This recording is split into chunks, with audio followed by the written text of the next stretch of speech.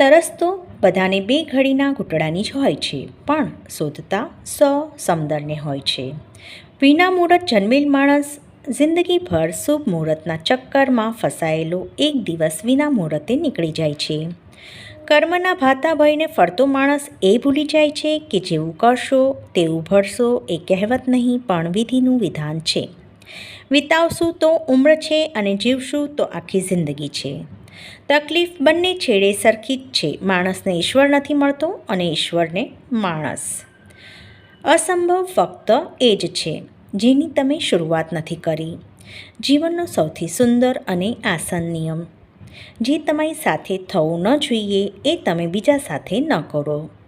સ્વાર્થ બહુ બળવાન છે. એ જ કારણથી ક્યારેક શત્રુ મિત્ર અને મિત્ર શત્રુ બની જાય છે.